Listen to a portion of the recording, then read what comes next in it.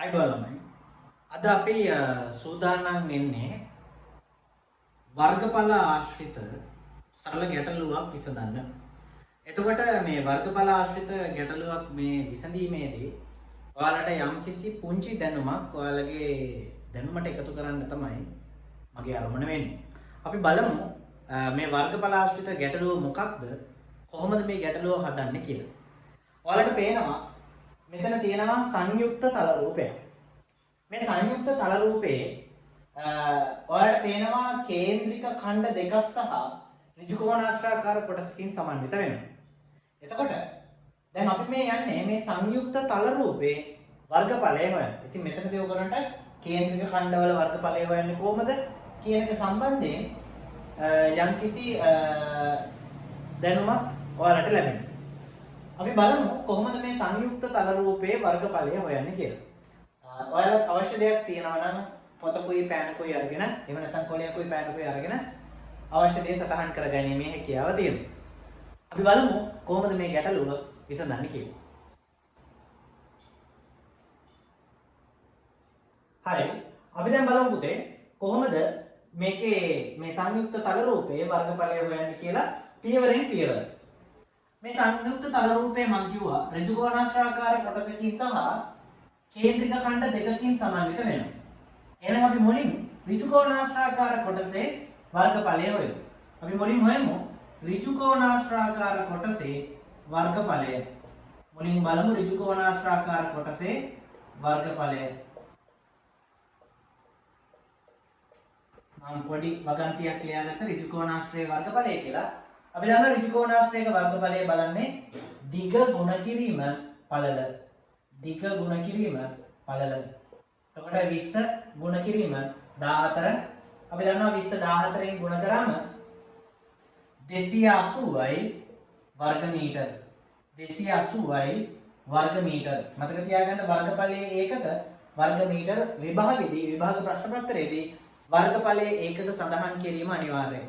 ඒකින්ද ඒකක ගැන සැලකිලිමත් වෙන්න. එතකොට දැන් අපි මේ ඍජු කෝණාශ්‍රයේ වර්ගඵලය මේ කොටසේ වර්ගඵලය අපි හොයලා ඉවරයි. මෙන්න මේ කොටසේ වර්ගඵලය අපි හොයලා ඉවරයි. දැන් අපි ඊළඟට හොයමු මේ කේන්ද්‍රික खंड දෙකේ වර්ගඵලය. මම එතනදී පොඩි වගන්තියක් කියනවා කේන්ද්‍රික खंड දෙකෙහි වර්ගඵලය. අපි දන්නවා කේන්ද්‍රික खंडයක වර්ගඵලය හොයන සූත්‍රය.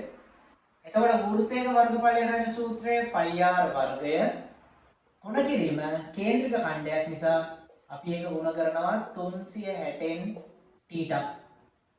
මේ වගේ කේන්ද්‍රික खंड දෙකක් තියෙනින්ද දැන් මේ කේන්ද්‍රික खंड දෙකේම අරයන් සමානයි. ඒ වගේම මේකට කියනවා කේන්ද්‍ර කෝණය. කේන්ද්‍ර කෝණය අංශක 90යි.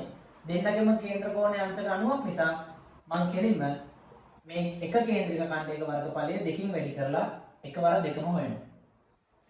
දැන් අලියන් ආදේශ කරමු. φ කියලා කියන්නේ 7න් 22, π වලාගේ 7න් 22, r කියන්නේ 14යි. එතකොට r වර්ගය කියන්නේ 14 ගුණ කිරීම 14 ගුණ කිරීම 360න් θ. θ කියලා කියන්නේ අපි දන්නවා අංශක 90යි.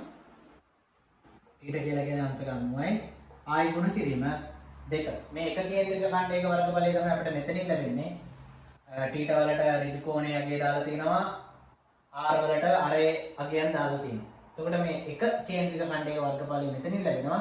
එක දෙකෙන් වැඩි කරාම කේන්ද්‍රික खंड දෙකේම වර්ගඵලය අපිට ලැබෙනවා. අපි දැන් මේක සුළු කරමු. 7 7 ඒවා 1යි 14ට 7 ඒවා 2ක් තියෙනවා. ඊට පස්සේ අපිට මෙතන පේනවා බිඳුවට බිඳුව කැපෙනවා.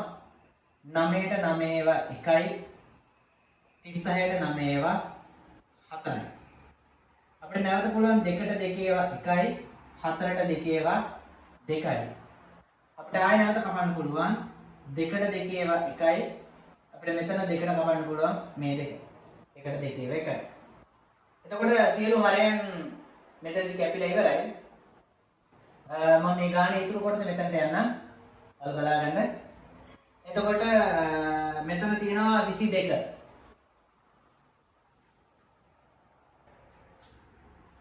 ඊට පස්සේ මෙයාගේ හරය 1යි ගුණ කිරීම මෙතන එකක් වුණා මෙතන 14 තියෙනවා. ගුණ කිරීම 14.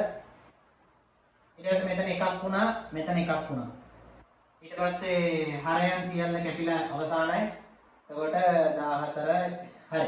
එහෙනම් 22 14න් ගුණ කරන්න තියෙන්නේ. අපි බලමු 22 14න් ගුණ කරාම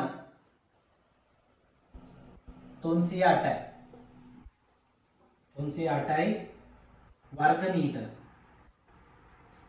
අපි දැන් ඍජුකෝණාශ්‍රයේ වර්ගඵලය හොයාගත්තා, කේන්ද්‍රික ඛණ්ඩ දෙකේ වර්ගඵලය හොයාගත්තා. එහෙනම් අපි ඊළඟට බලමු සම්පූර්ණ මේ සංයුක්ත මුළු වර්ගඵලය. අපි බලමු මුළු වර්ගඵලය මෙතනින්. මුළු වර්ගඵලය අපි දන්නවා මුළු වර්ගඵලය බලන්න මොකද කරන්න ඕනේ? මේ ඍජුකෝණාශ්‍රයේ වර්ගඵලයට එකතු කරන්න ඕනේ මේ කේන්ද්‍රික ඛණ්ඩ දෙකේ වර්ගඵලය. ඒ කියන්නේ 280ට එකතු කරන්න ඕනේ 308ක්. මේ දෙක එකතු කරාම අපිට සංයුක්ත රූපයේ වර්ගඵලය ලැබෙනවා. අපි එකතු කරලා දාමු උත්තරේ 0.8ක් එකතු කරාම 8යි. 8ට බිංදුවක් එකතු කරාම 8යි. 2ට 3ක් එකතු කරාම 5යි. 588යි වර්ග මීටර. 588යි වර්ග මීටර. මෙන්න මේ විදිහට අපිට අපේ ගැටලුව निराකරණය කරගන්න පුළුවන්කම තියෙනවා. හරි.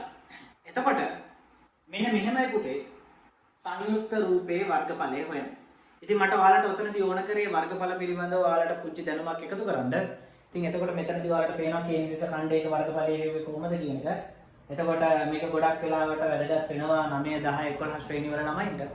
ඉතින් මම හිතනවා මම මේ හදපු ගැටලුව තුලින් යම් කිසි පුංචි දැනුමක් ඔයාලගේ දැනුමට එකතු වෙන්න ඇති කියලා. ඉතින් අපි නැවත තවත් වීඩියෝ එකකින් ඉස්සරහට හම්බ වෙමු මේ වගේම දැනුමක් අරගෙන.